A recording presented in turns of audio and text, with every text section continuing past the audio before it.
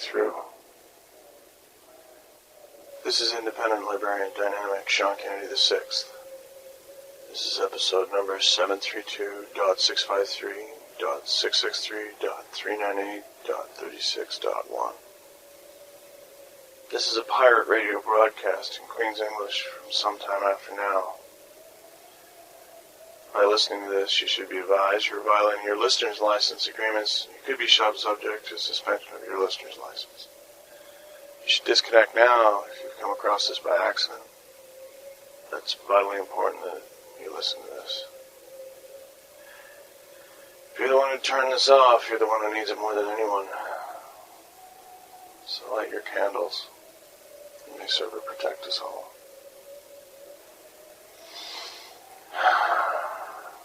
What do you say to ghosts who died before you were born? What do you say to people you've never met? What do you say to people who have the only chance of saving you, maybe preventing you from existing? The purpose of this broadcast is so that you can change the beginning to stop the end. I have so much to tell you. I have so much to try to get across. I hope there's still time. I have no notes, so I'm going to forget a few things. Paper's hard to come by. More than that, it's expensive. Being an independent librarian doesn't pay much. Other than, a quick trip to the recycler.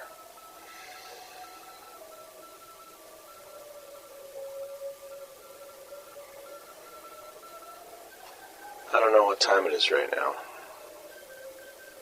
I could give you the hour of the day. I'm doing this at about 22:37. I couldn't tell you exactly what year it is. We're in the springtime now. The sun's just starting to get unbearable. I've been able to avoid it most of the outside. It's hard.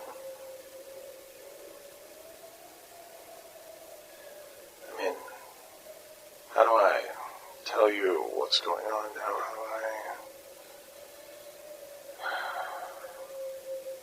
The only way to do it is to try to start from the beginning, if I can ever find out where the beginning is. If I can find out where the beginning is, maybe we can stop the end. Maybe it can't be stopped. But, you gotta try. You always gotta try. I suppose the beginning was, Y2K. It's famous Y2K. Everyone said that the world was going to end. Everyone said that everything was going to go sideways. And it did. The world did end at the year 2000. It's just nobody noticed. Maybe no one cared. We were too distracted by everything going on around us. We were too distracted by our own lives. But the idea is that maybe somehow, someway, everything was going to be okay if we could just change the channel. Big wake-up call came on September 11th. The famous 911 of 2001. That was the real start of it all. That was, it would have come otherwise, but I guess that was the thing that really put it into perspective. See, at that time, there was terrorist action. They crashed these planes into these two massive towers. They weren't arcologies, but they were big for the time. They were in New York, where now the East Pac Mega now stand. Anyway, the towers crashed down, killed a lot of people. A lot of innocent people. It shocked the whole world. Up until that point, the United States was this untouchable, unbreakable thing. It was this force of God.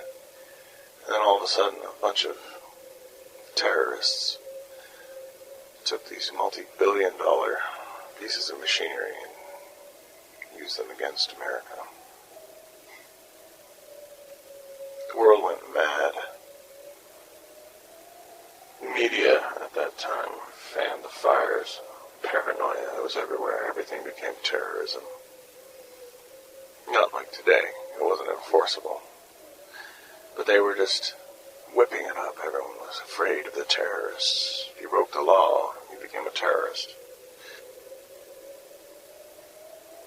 The fear that came in was the lubrication to legislate all the civil rights away. People were more concerned with being safe than being free. The Homeland Security Act was passed, allowing government to have absolute power. If you were even antisocial, you were a terrorist. At that time, there was a distinction in criminals. There was hackers and computer crime. Apparently there was a bunch of terms for them. It was a hacker. I think there was a cracker as well. There's a couple other ones too. There was one involving the phones, which I can't remember. I don't think it's hacker, though. Anyway, the Homeland Security Act was the first step in blanketing all of it away, making it all one big, happy family of crime. It starts to get a bit fuzzy after that. Time wasn't copywritten at that time, but it was education, misinformation, everything is kind of a little bit sketchy. We don't know what's really happening. But we know after that all the guns were outlawed in North America. Only the military, only the police had guns. Everyone was talking about safety again. It was all for the safety. Safety of children, safety of this, safety of that. But they never learned from history. It happened before. It happened with Hitler. It happened with the Nazis. It happened time and time again. Every time an empire starts to really dig its heels in, just before they do, they take away all the guns. That's when alternative weapons really hit the mainstream. Swords came back with a vengeance. Martial arts were vilified in the press and the media of the day. Oh, you're learning martial arts? Why? Do you want to hurt people? That's amazing. Anything that could be used to protect yourself was vilified. And we took it. Oh yeah, we took it. We all just accepted it. It was a few years later when the real crackdown came. The listener's license. What a fantastic concept. Can't believe it. See, it happened like this. There's all this piracy. See, piracy is now what they consider a theft. See, in order to combat piracy, which was getting really rampant, all this information was flowing around. Nobody really liked that. So they wanted it gone. They wanted to get rid of piracy. But they couldn't stop it. The internet was growing every day. No one could stem the flow, so they created the listener's license. It started real easy. See, legitimate music to purchase was, say $20. And then what they did was, if you signed up to get this card, like a loyalty program card of the day, you'd get 75% off. So a $20 CD became a $5 CD. And you could buy it legitimately. For $20, you could walk out of there with 4 CDs. Amazing. Of course, people were signing up for it in droves. I mean, why wouldn't you? You could go buy a pirate CD for $6, or you could buy the real thing for $5. Consumers are such mercenaries.